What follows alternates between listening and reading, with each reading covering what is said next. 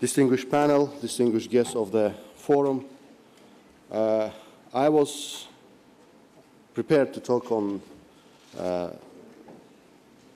prepared paper in advance, but since George mentioned so many indeed thought-provoking new concepts for us, I rather would build on some what was mentioned by Mr. Friedman. Since, as you mentioned, Europe is becoming disenchanted, and Europe is becoming more and more multiple voices. It means that Europe will be pursuing multiple policies, and first of all, in its immediate neighborhood, which Azerbaijan is also part of, and which is Islamic world. Since demand for energy driven by rising Chinese economy is becoming less important, it means Azerbaijan has, as one of the energy exporting countries, has to think about another product which would be maybe not as important and demanding immediately as the oil, but in the long term, which will be the label of Azerbaijan. And that brings us to the issue of intercultural and interreligious tolerance as the tool of soft power. The issue which we are considering sometime from humanitarian point of view is important tool in dealing with hard power issues as well. Of course, we would need political will in first hand in dealing with conflicts such as Israeli-Palestinian, such as conflict of rising minorities in Europe, and the conflict which is associated sometimes with different types of crises of humanitarian nature in Europe, but in essence it's touching the basis of demographic changes in Europe. The crisis of understanding of multiculturalism, and I believe here Azerbaijan, as was mentioned, the very eastern edge of Europe, and at the same time the important point in the crossroad of ideas and beliefs and thoughts can be a model, it can be an asset if these values and if these ideas are conceptualized in a good manner, the source of solution for that type of conflicts. The issue of tolerance is not novel for Azerbaijan. This is not invention of Azerbaijani government. It's more the mood and national characteristic of people of Azerbaijan. If we go back to the history at different times with different approaches, political approaches toward the territory called Azerbaijan or the state of Azerbaijan, we would notice high recognition by foreign diplomats, scholars, different agencies of tolerance which existed in these lands. Diplomat of European delegation traveling to Iranian Shah in 17th century, Adam Olearius, mentioning in his diaries that it was enough to tell in this land that we are Christians and we were met with high hospitality, referring to the concept of the people of book, which is very regarded in Islam, but which was not a common practice maybe in other parts of the Muslim world at that time. 1992, the peak of Armenian-Azerbaijani conflict, when, as our friend Thomas knows, Azerbaijan, only lazy newspaper in the West would not blame Azerbaijan as being a country of Shiite population which is attacking civilized Armenia. Even at this peak in 1992, the objective records of the Canadian Immigration Board mentioned that this is maybe a single country with zero anti-Semitism in the world. And if we'll go to historical roots and causes of such a national characteristic or such a societal mood, we can of course mention the first thing coming to our minds, and romantic word being today explored a lot by many countries, the Great Silk Road. The Great Silk Road, which Azerbaijan was positioned on it, made possible not just travel by merchants, by travelers, by caravans from China to Europe, but also of ideas and beliefs. And being in the center of this universe, the people, the ancestors of Azerbaijanis, they had to be exposed to different ideas, they had to be exposed to different beliefs, and they had to, as economy was demanded here, to be hospitable to these travelers, to their ideas, and to be tolerant to their beliefs. That exposed itself in even 17th century, when under very conservative rule of the Shahs, and which Azerbaijan was affiliated, the Iranian Shahs and the local Khans, the thing which in many parts of the Islamic world can be regarded as the heretism, building of the Temple of Fire was allowed for the Parsi travelers here on the Absheron Peninsula. Another source or another cause for this unique, I would say, model of tolerance is that this land was exposed to major religious beliefs and religions itself, starting from Zoroastrianism and then the very early settlement of Jewish population in Azerbaijan, and then Orthodox Christianity in the Albanian church becoming the religion of the land in 4th century, and then the last of monotheistic religions, which was spread here again at the very early point of its development, Islam.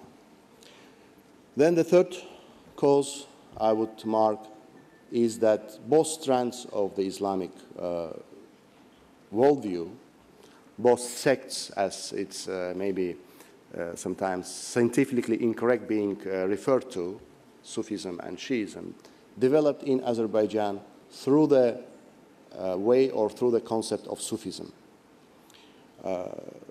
Azerbaijan is famous for great Sufi masters and sheikhs, one of them, Sayyid Yahya Bakuvi, being celebrated this year by UNESCO. And again, the dynasty of Azerbaijani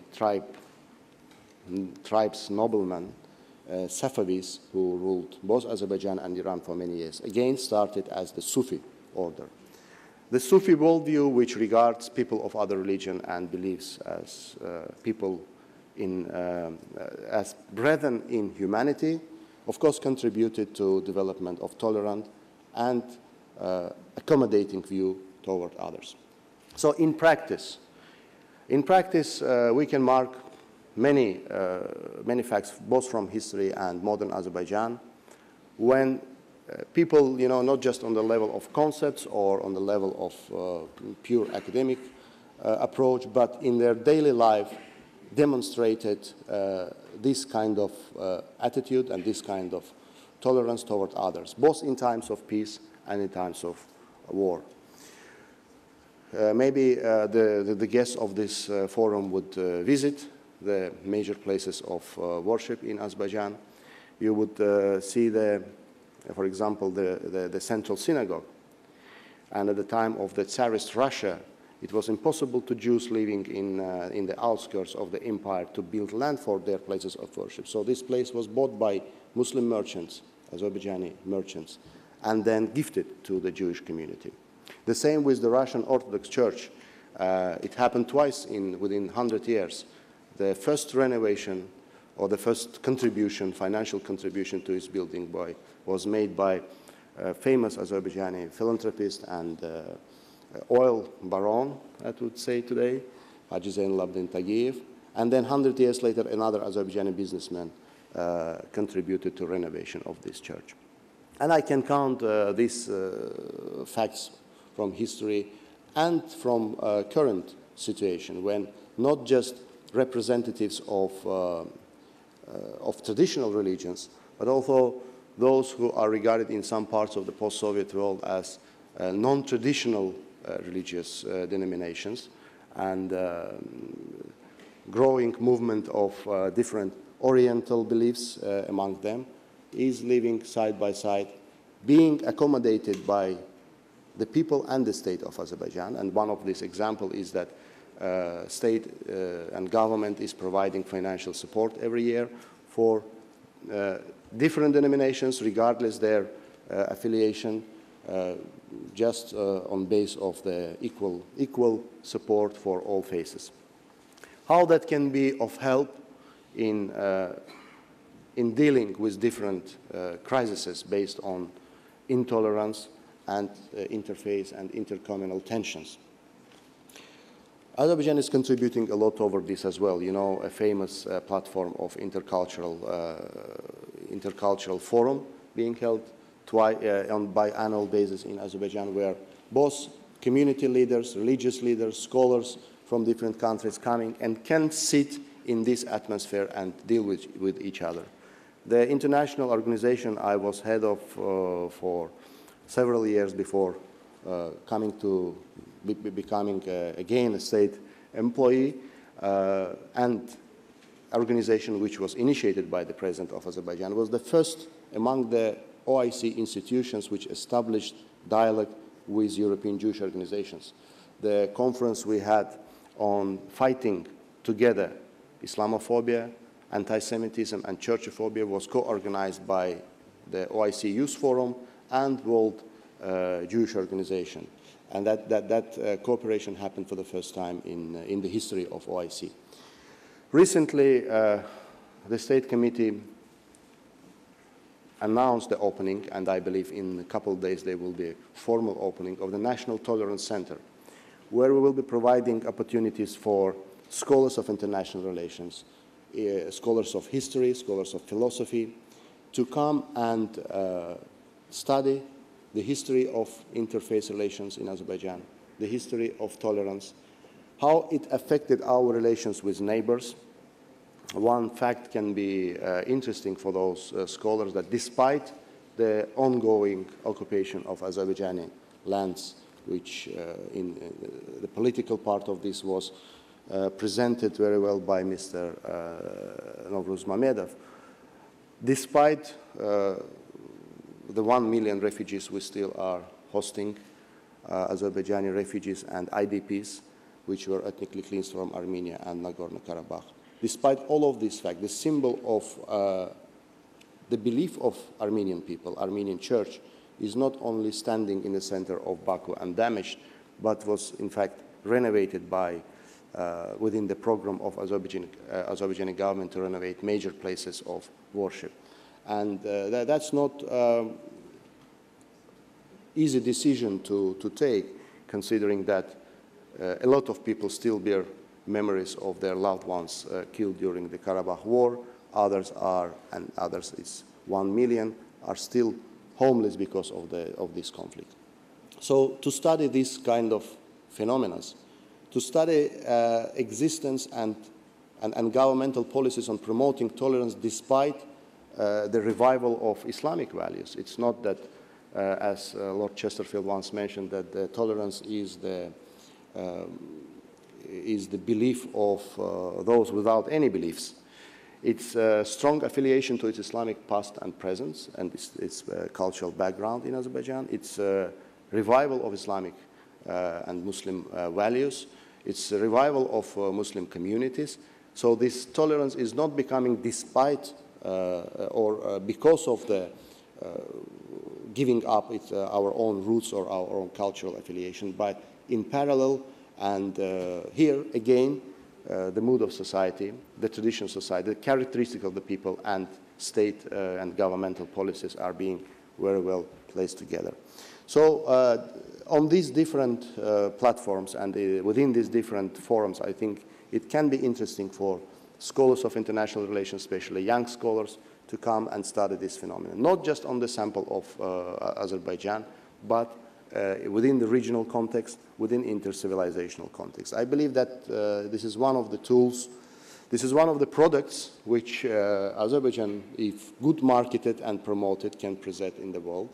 It will not immediately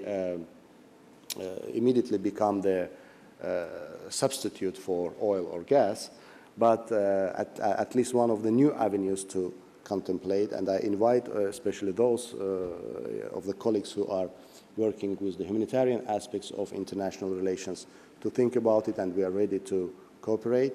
With this, I would like to wish all of you best of luck and best results and good friendships within this very interesting and important forum.